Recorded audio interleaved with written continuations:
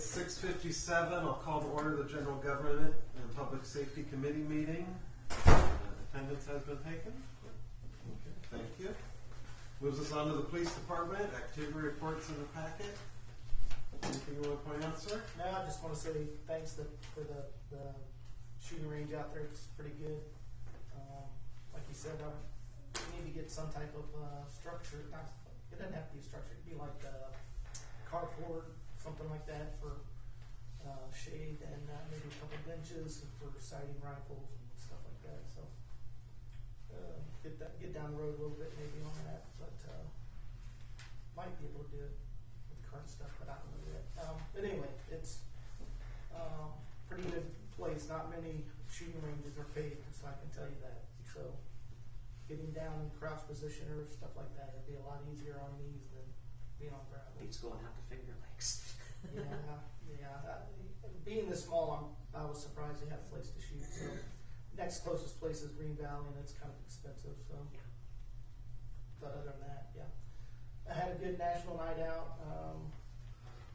Quite a few people came out. I was getting a little annoyed at the constant siren being beat on by children, but It's what they're gonna do. yeah. Anyway, it was good. So all good. Well, thanks to you guys and the fire department and everyone else who came out for the National Night Out. It was nice. Yeah, Stokey did a lot of legwork on that, so he did a good job with that. It was a nice evening.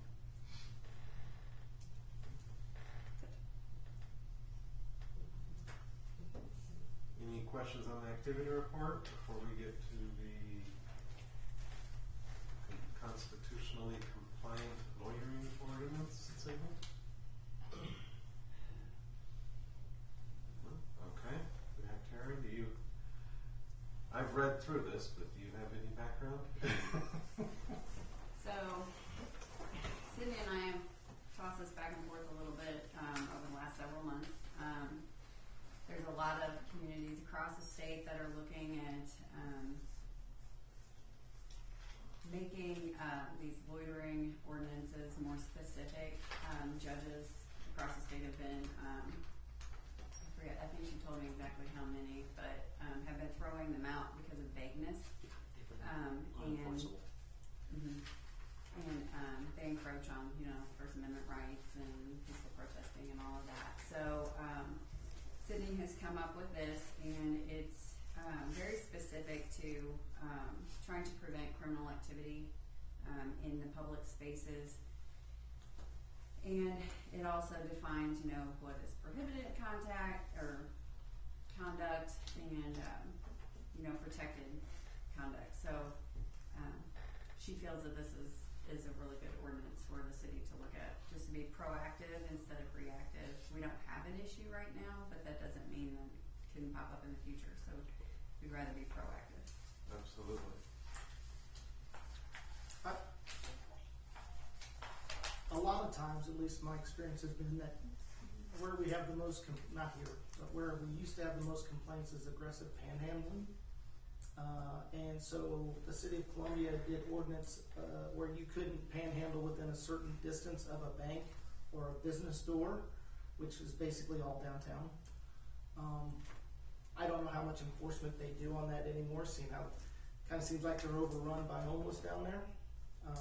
But this ordinance is, as I was reading it, I was kind of like listening, I read like, you can't do hand-to-hand transactions, and am I correct in that? That was in there, right? Yes, let me see. Yeah, we don't have an open-air drug market problem, so that really is not going to help us much. Some of the other things I'm like, we don't really have, those aren't really issues that we're having, but not to say we won't have them, or have never had them, but I just don't, I don't know how much it's going to help us. Gotcha. I'm not saying don't do it, I'm just saying we really don't have those issues. We don't have the issues, but right. protect us from anything that could happen. Nope, I'm with you. So the way that it's worded is, yes, the person is observed engaging in exchange of property or money with another in a manner consistent with drug distribution or possession of drug paraphernalia. so if an officer were to pull up on two people who are obviously exchanging, say, a birdhouse off Marketplace, they're not gonna think they're exchanging drugs. But, I think that's why it's listed in the way that it is. Okay. But Sydney did say that this is gonna come down to officer training and reporting and all of that. I don't remember, was there panhandling on here? I don't believe so, but 'Cause that would be a good thing to put in here. prohibited conduct, number 2 is the person is blocking, crowding, or otherwise obstructing pedestrian or vehicular traffic or preventing access to a building entrance, exit, or occupied vehicle. So it's not like, oh, the person's within 100 feet of a school, playground, or childcare facility is observed soliciting or attempting to solicit minors for illegal purposes. I mean, I think in the past we've done a decent job of that particular thing when we had a complaint about someone trying to accost children, which we had and made an arrest on. I mean, I think we're already doing that stuff. I think what it comes down to really is, I mean, I haven't gone through all the ordinances. I don't know if we have a panhandling, to be honest with you. I didn't even follow up on that when I was reading that. But a panhandling, I could see more of a panhandling issue if somebody's standing on the square or walking up and down Jefferson or, you know, whatever. I can see more of a panhandling issue than I can a open air drug market or a child molestation case. And you would think panhandling would be something that could start here first That's what I'm saying. before some of the others, so maybe we need to see about adding that, or if we don't have something, I don't know. I'll check too, but I don't remember seeing anything, but like I said, But does anybody have any objection with what's here, but maybe add panhandling if we don't have something? That'd be fine, cause it's rampant according to Yeah, panhandling is. Yep. and just protect ourselves while, I think the guidance of updating our loitering ordinance is the right thing. But I like the advice of looking at our panhandling and making sure if we're gonna do it, include that. I can do that. Okay. Anything else from police department? No? No? Okay. Move on to the fire department. What do you got for us, sir? Well, we've got the truck back. It's been gone for a long time. Yeah, we got to see it. Huh? We got to see Yeah, it. we brought it out on night out, Interesting, man. stuck it up in the air so the kids could see it and stuff, so it's gonna be a pretty good little truck. We still gotta get some decals on it and figure out how we're gonna put the hose and stuff, so it's a work in progress now that we got it back even more, so. What we got wrapped up in that truck? It was supposed to be 100% ready to rock and roll when we bought it. We're still we're not under budget, but we were under budget for a while until the maintenance thing happened. Yeah. We went over the 160 a little bit.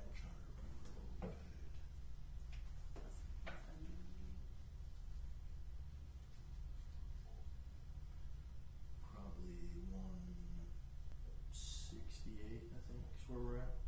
Not bad. I don't think we're there, are we? So we had what? Huh? What was budgeted for it? 160. And so we'll probably, this is something for you to think about, but we still have to equip the truck, decal obviously first, but more than likely by the time we get that thing equipped or start looking into that and get training on it in order to put it in service, we'll probably be close to the next fiscal year so we can budget some more money to actually outfit it would be my guess. But Yeah, we got some holes and stuff we can put on it now. Do we have to have a safety check, somebody look at it when it's completed and make sure it's, or is there such a thing? But I mean, it'll have to, just like all the other fire trucks have to go through a pump test and stuff. It'll have to go through like what they call an aerial, they'll have to look at it and stuff. Were the terms of the purchasing agreement on that vehicle as is, or was there a representation in the purchasing agreement that it was in such and such condition? because this has gotten kind of ridiculous. I mean, we didn't go look at it, you know, we took their word, I mean, that's something, we bought something, Sight unseen. We looked at their maintenance reports. yeah. Yeah, we had all the maintenance records. They provided us video of operation. So we do have a video of it operating, but then when we got it, obviously it was basically blowing a fuse. There was some sort of wiring that was bad in the actual I aerial. don't think we ever had a video of it pumping water, No, they were operating the aerial. they were just moving the aerial And around. thus I would reiterate my question of, was the contract as is? or Well, was we'd it- have to look at it. Yeah, I would appreciate that being done, because if it was I know not we- as is, then We were we need waiting to go for all the and- bills to get done coming in, so that when we go, I know Sydney, if we make Sydney the is aware of it. decision, yeah, if we make the decision to go after it, we have a total bill that we're gonna Got it. collect on.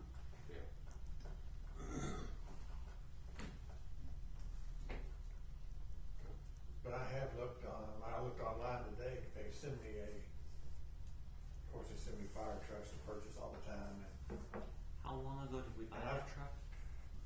Almost a year ago, November. Oh, crap. and it's. You're gonna wanna check with Sydney, but I think we're past the point where we could actually go after them. I think that in Missouri it's a 6-month, but you wanna double check. We notified them that it was not. Okay, so there was notification. Yeah, they were Right. notified right whenever we received it. we owned it. That's a good little truck though. Okay. Also, we did not, get that grant that we had put in for a new fire truck. Yeah, they were down, you know, 70% is what they said this year, they're down. So, I don't know if that's government money or, but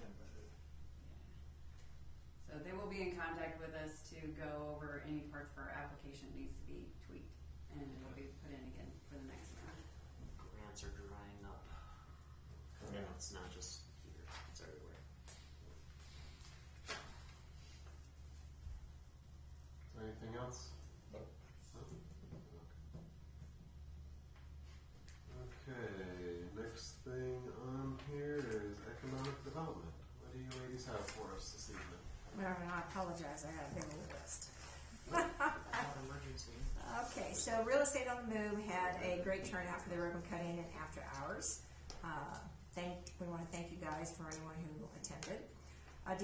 December the 11th, we are going to be having a ribbon cutting for Miss Mary Kate's daycare at 6:30. We invite all of the city council employees to come, and we will also have the last quarter chamber meeting and after hours that will follow.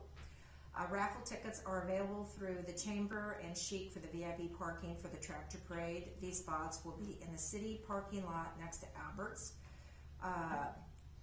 You should see this being promoted more often since we're getting closer to this event. All proceeds goes to the Centralia Fire Department.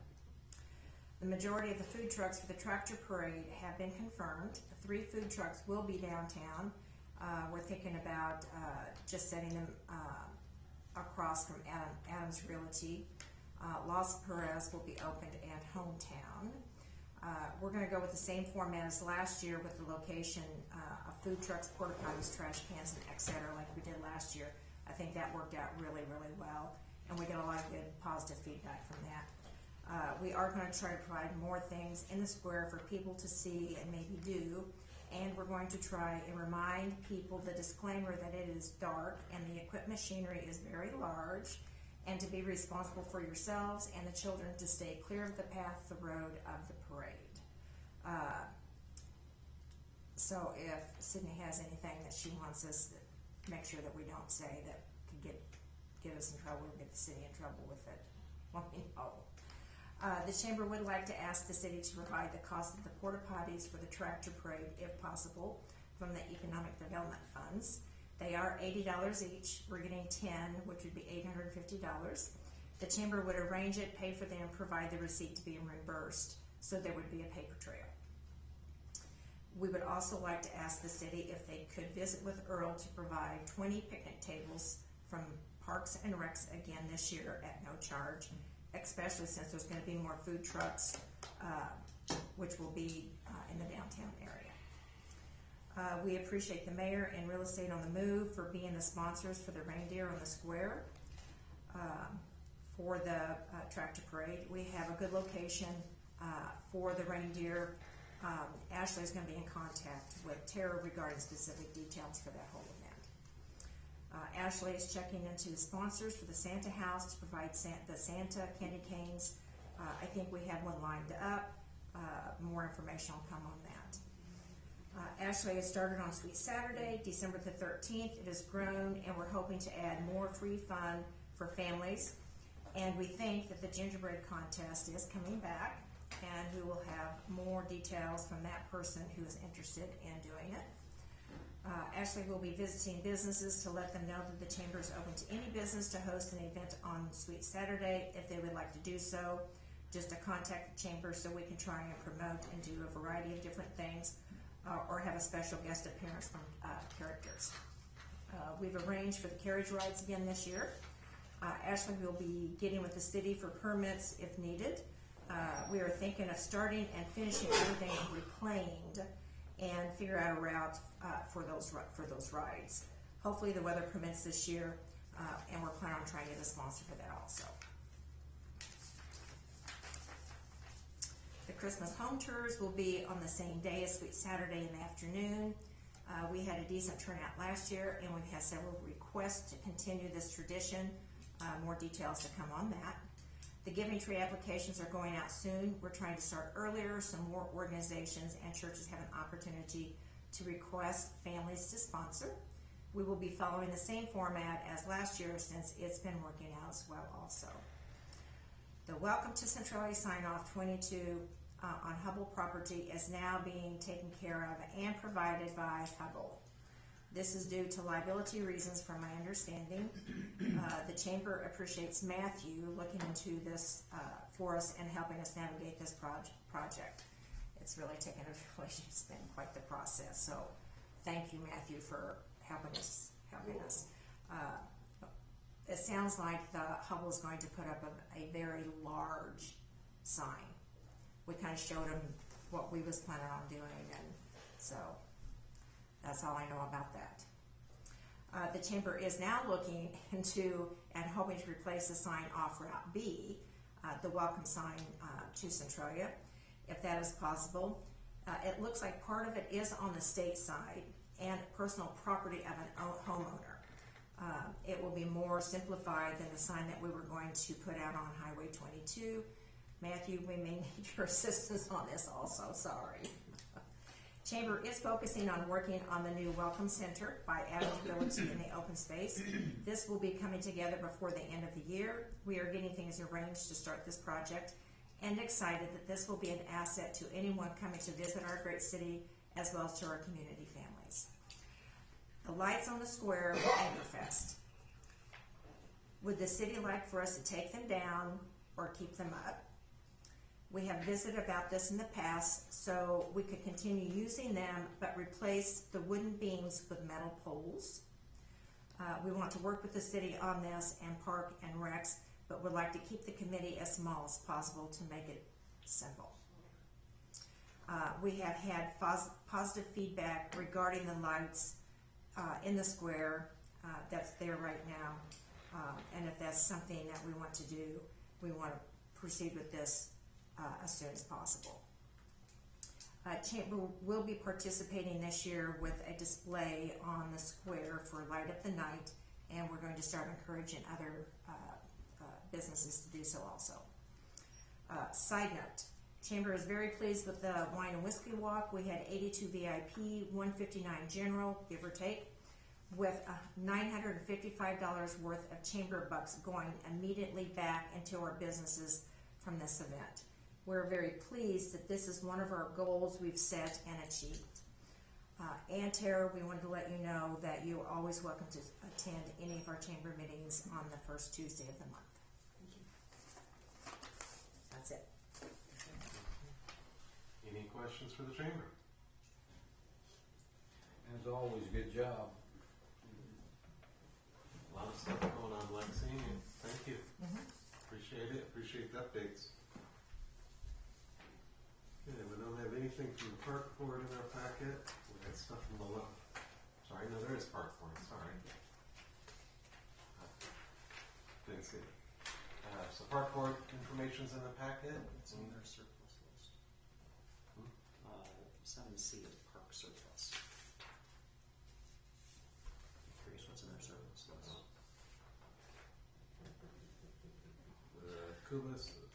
Kabuto side-by-side, 5 picnic tables, baseball, softball field, cultivator, Jacobson 3-wheel sand trap buggy, 1 lawn roller, Hey, and Chief. an Astrovan. How would 5 picnic tables work for you out there at the I was firing thinking the range same for thing. doing for essentially serving as firing benches? They're metal picnic tables. Are they Although, metal? well, they're mesh. It looks like I'd have to look at them, but I they're don't coated. They're mesh, They're that'd be coated. fine. Yeah. Well, it depends on. You can always put a firing mat on it. It might be worth taking a look at what's on the. yeah, I'll take a look at them, but Yeah, because price is right. yeah, I'll have to, Might be worth looking at. yeah. Yeah. So any discussion on the park board info? That's it. How about the library board? Let's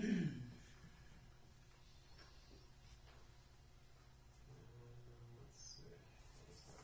That's the cemetery advisory committee meeting minutes from September in there.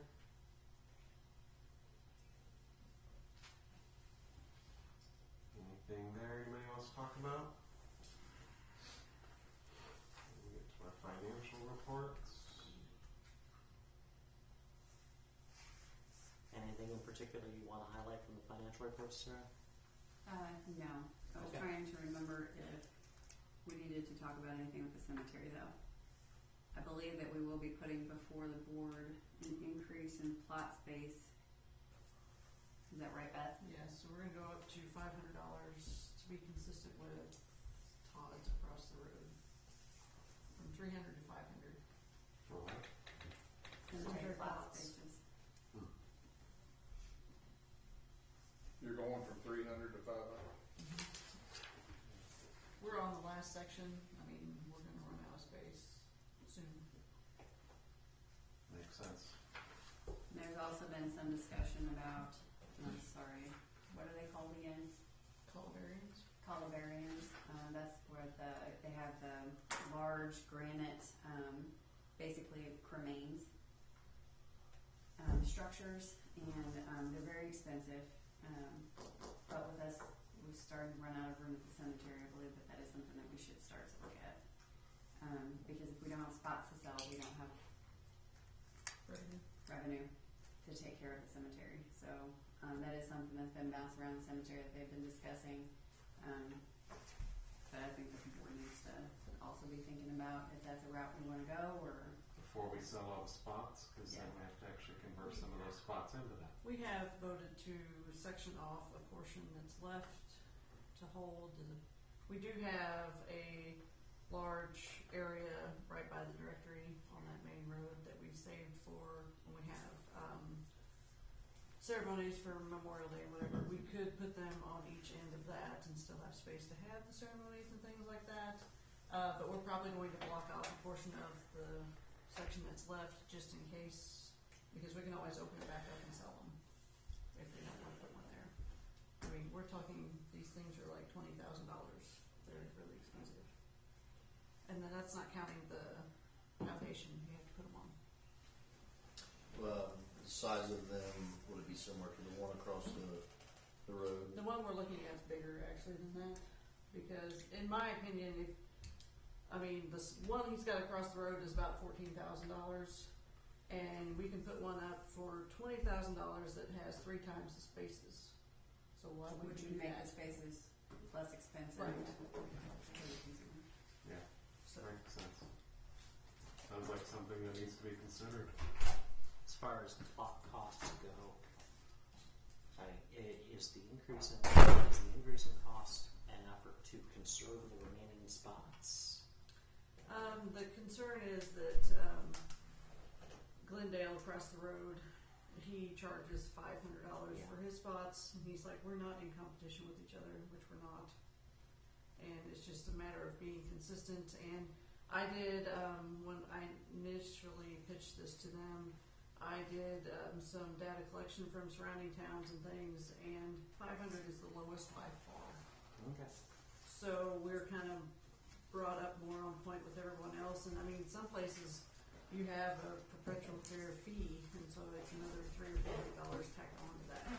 So Just get ready for the fireside guard to put an article in that says cost of dying in Centralia increases by 60%. Inflation's real. Oh, boy, okay. The last page has our accounts payable over 1250. Any discussion on that? Make a motion to adjourn. Second. Have a motion and a second to adjourn. All in favor, say aye. Aye. Any opposed, same